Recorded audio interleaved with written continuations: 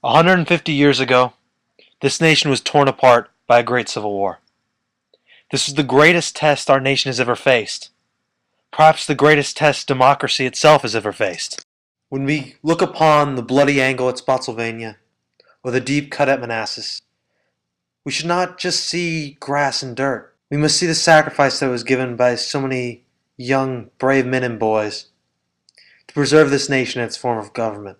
A form of government that so many Americans tragically take for granted.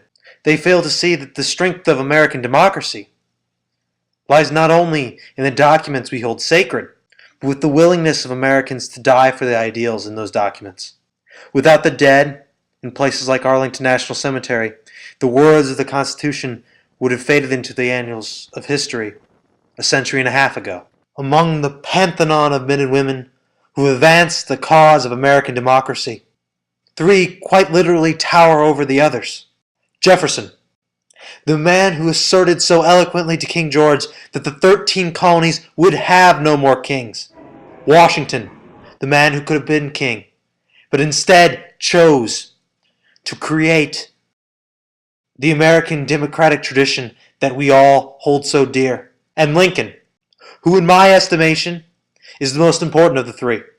The man who not only preserved the legacy of Jefferson and Washington for future generations, but ensured that this nation under God shall have a new birth of freedom, and that government of the people, by the people, for the people, shall not perish from this earth.